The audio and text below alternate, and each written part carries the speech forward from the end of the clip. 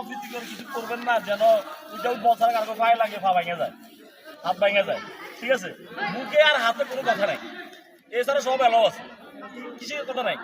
মুখে আর হাতে ফুটবল খেলার মাসে পায়ে খেলেন, বেশি মুখ চালানোর দরকার নাই, বেশি হাত চালানোর দরকার নাই, হাতে খেলার দরকার নাই, আর আপনার মুখে কথা বলার দরকার নাই। গেম খেলতে আসেন, গেম খেলেন, আর হার জিত তো থাকবে, একটা টিম আপনারা জিতবেন।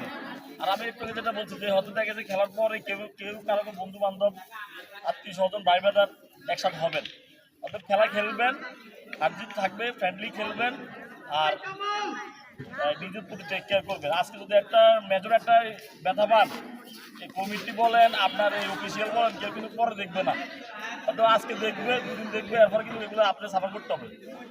এমন কিছু না হয় কেউ মেজর কোনো ব্যথা পান। আশা করি সবাই বেস্ট খেলাটা খেলবে নাকি। ওকে, থ্যাংক ইউ। দুই একটা কথা বলো।